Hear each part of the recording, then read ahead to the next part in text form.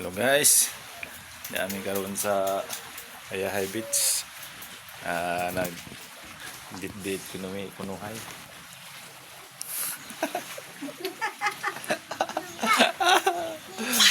Aga mong baon guys. Saging ra guys oh. Mong baon guys. Pinobre ra ba saging. Oh, saging. Da kakawat magmanok guys, chukstugo ra ning sulupin guys, birog so din kinawat tong manok guys. Birada aron inglon kuan ba, sosyalitson pero sinugbara na itong kinawat.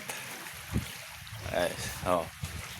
Ansa pa oh, dapat among sili ug bombay, oh. Pay asin. Pastilan. Arang katugnaw guys, mura ba kaawan no ni guys. Ay, oh. Ya po hawong kinakusgan niya kordapyas kinabuhi. Oh. Astilan, kao na naglupoy. Bila, napas bila, nagduwa. Pwedeng ating ito. Aligo. Orag kabagjuhon ng style among pagdidirin dapita. Ay ayaw ni guys. Tugnaw, kinugpos niyon dya. Red rose guys. Red rose painit.